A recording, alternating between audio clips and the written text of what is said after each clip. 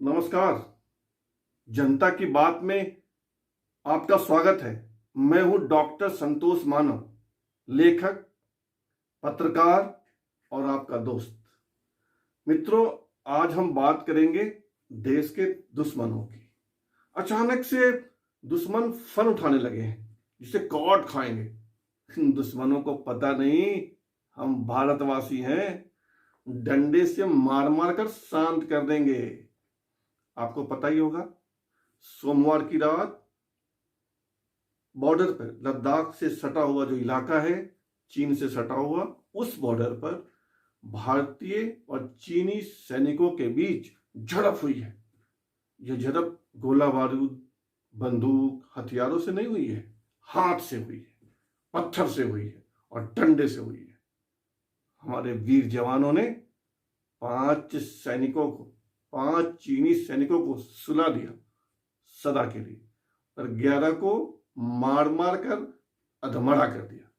लेकिन दुख इस बात का है कि हमारे भी 2 जवान शहीद हो गए, और इससे बड़ा दुख यह है कि हमारे एक अधिकारी, कर्नल लेवल का एक अधिकारी हमारा, वो भी शहीद हो गया।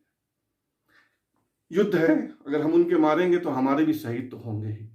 लेकिन ये जो चीनी लोग हैं ना, 3 फुट वाले, ये बीच बीच में फन काटते रहते हैं। कभी लद्दाख के बॉर्डर पर, कभी अरुणाचल के बॉर्डर पर, कभी सिक्किम के बॉर्डर पर, कभी उत्तराखंड के बॉर्डर पर। बीच बीच में ना इनको गर्मी आती है, तो इनकी गर्मी को उतारना पड़ता है। 1962 में हमको युद्ध में क्या हरा दिया, अपने को रंगबाज समझने लगे हैं, दादा। लेकिन इनकी दादागिरी हम नहीं बर्दाश्त करने वाले। हम मतलब भारतवासी, हम सब क्यों बर्दाश्त करेंगे इनकी दादागिरी। और भारत अब 1962 का भारत नहीं है, 2020 का है। हमारी ताकत कई गुना बढ़ चुकी है। तब तो हम नए नए आजाद हुए थे, हमारे पास हथियार नहीं था। अब तो हम सबल हैं। आजादी को 73-74 साल हो गए हैं। इन 3 फुटिये चीनियों को हम लोग ठीक कर देंगे। लेकिन मित्रों, जो सेना को करना है बॉर्डर पर, सेना को करने दीजिए। जो सरकार को करना है वो सरकार को करने दीजिए। अभी बात हो रही है कि अब जो है राजनयिक स्तर पर बात होगी, मतलब बड़े अधिकारी मिलेंगे, नेता मिलेंगे, मंत्री मिलेंगे, अधिकारी, जो सेना के अधिकारी वो तो लगातार बात कर ही रहे हैं। वो चीनी जो है ना, हमारे इलाके में घुसना चाहते हैं, क्योंकि हम उन दुर्गम घाटियों में सड़क बना रहे हैं ताकि सीमा पर जल्दी से जल्दी हमारे सैनिक पहुंच सके, हमारा गोला बारूद, हमारे हथियार पहुंच सके। ये ना चीन को चुभता है। अरे यार, इलाका मेरा, जमीन मेरी, हम सड़क बनाए, पुल बनाए, घर बनाए, तुम्हारा क्या? हम तुम्हारे इलाके में घुस रहे क्या? लेकिन नहीं, ये चीनी रंगबाज है। दादा टाइप होता है ना, मोहल्ले का दादा, वो ऐसे दादागिरी करता है। जाने दीजिए, इस विवाद में हम नहीं पड़ते। जो सेना को करना है सेना को करने दीजिए, जो सरकार को करना है वो मोदी सरकार को करने दीजिए, और अपने बैठे हैं रक्षा मंत्री राजनाथ सिंह, उनको करने दीजिए। देश का एक नागरिक के नाते हमें क्या करना चाहिए, हमें इस पर बात करनी है। हम भारत देश के नागरिक हैं, हमें अपने देश की मिट्टी से प्यार है, और कहते भी है ना, जननी जन्म भूमिश्च स्वर्गादपि गरीयसी। माँ और मातृभूमि स्वर्ग से भी महान है। तो हम अपनी मातृभूमि, जो चीन हमको आंख दिखा रहा है, हम क्या कर सकते हैं?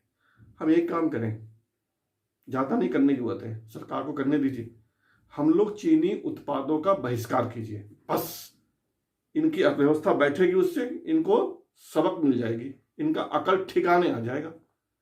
दिक्कत क्या है ना, इलेक्ट्रॉनिक्स ले लो या विविध उत्पाद, वस्त्र तक ले लो, हम विदेशी चाइनीज उपयोग करते हैं। कुछ मामलों में तो हमें पता भी नहीं होता।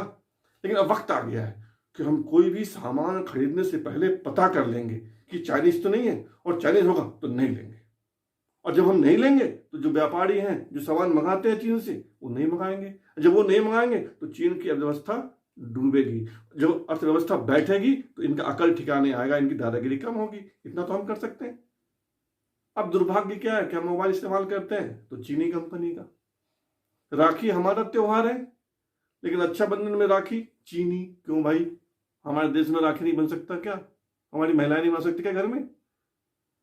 दीपावली हमारा त्योहार, पटाखे चीन के, वो रोशनी वाली झालर चीन की क्यों भाई? होली हमारा त्योहार, गुलाल चीन का। अरे सब बहिष्कार करो यार। भारतीय उत्पाद का इस्तेमाल करेंगे।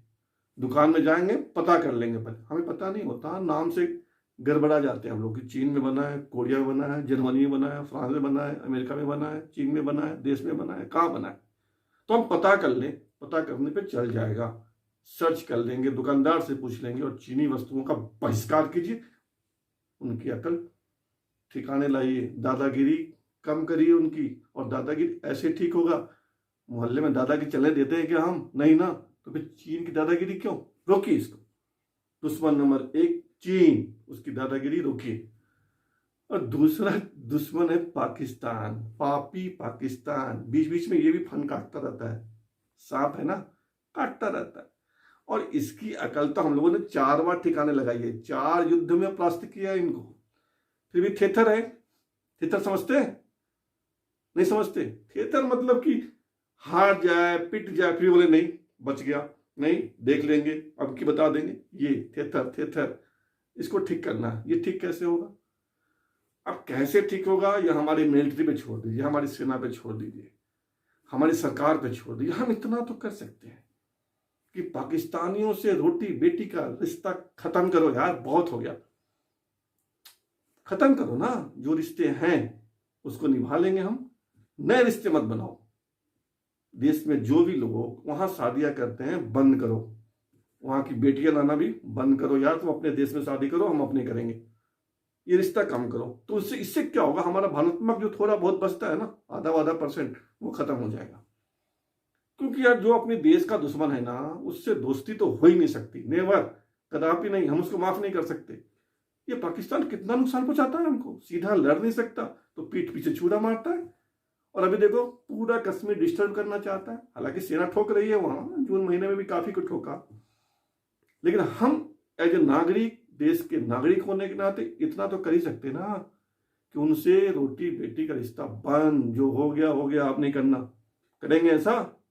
करिए। देश का सवाल है, देश की इज्जत प्रतिष्ठा का सवाल है। देश से बड़ा क्या होता है? तो चीनी वस्तुओं का बहिष्कार, पाकिस्तान से नो रिलेशन, कोई रिश्ता नहीं। और तीसरा दुश्मन बनने की कोशिश कर रहा है।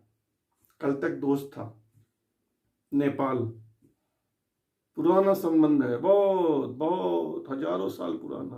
कहते हैं सीता मैया वही की थी, राम जी का विवाह नेपाल में हुआ था, ऐसा कहते हैं। कहते तो हम मान लेते हैं, हमें आपत्ति नहीं है।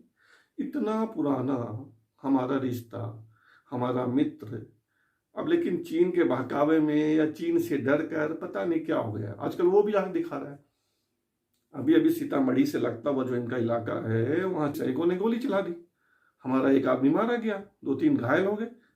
इतना छोटा सा देश जिसको ठीक करने के लिए हमको सेना भेजने की जरूरत नहीं है। बिहार पुलिस भेज देंगे तो औकात सामने आ जाएगी, नहीं तो उत्तर प्रदेश की पुलिस भेज देंगे, इतना ही काफी है। वो भी आगे दिखा रहा है, वहां के लोग बड़ी बड़ी बातें कर रहे हैं। अरे भैया दोस्त हो इसलिए छोड़ रहे हैं, नहीं तो ठीक कर दूं। तो अभी नेपाल को छोड़ देते हैं। मैं गया हूं नेपाल, राजविराज वहां एक शहर, वहां रहा हूं कई दिन। रक्सौल की सीमा क्रॉस कीजिए तो शुरू हो जाता है राजविराज। अच्छा देश है, पड़ोसी है, छोटा है, हमको इनको नुकसान नहीं पहुंचाते, मदद करते। उनके यहाँ भूकंप आया, करोड़ों रुपया दिया, अपना भाई समझते, छोटा भाई समझते। वहां के लोग बिना वीजा के हमारे आते, काम करते, रहते, हम भी उनको सम्मान देते हैं। लेकिन अब वो चीन से डर रहे हैं या उसके बहकावे में आ रहे हैं, पता नहीं, बड़ी बड़ी बातें कर रहे हैं। तो अब अभी की दुश्मनी ना करें अपन, लेकिन वो भी जरा आंख दिखा रहा है तो उसको भी ठंडा करना पड़ेगा। करेंगे, बाद में करेंगे, छोटा देश है। और हम लोग कितने उदार हैं यार। पता है आपको, भूटान के पास अपनी सेना नहीं है। भूटान हमारा पड़ोसी देश है, उनको मिलिट्री सहायता हम देते हैं, उनकी रक्षा हम करते हैं। अब बताओ कितना बड़ा दिल है हमारा। अलग देश, लेकिन रक्षा करने का जिम्मा हमारे पास है, भारत के पास है। हम लोग कभी किसी की जमीन नहीं हड़पते। हमारे विचार उच्च कोटि के हैं, और इस उच्च कोटि के विचार का जो है ना, नीच कोटि के लोग फायदा उठाते हैं। तो चलिए अभी नेपाल को छोड़ देते हैं, लेकिन पाकिस्तान के लिए जो कहा ना, मेरी बात मानिए, उसको करिए। और चाइनीज वस्तुओं का बहिष्कार, नो चाइनीज माल, स्टॉप।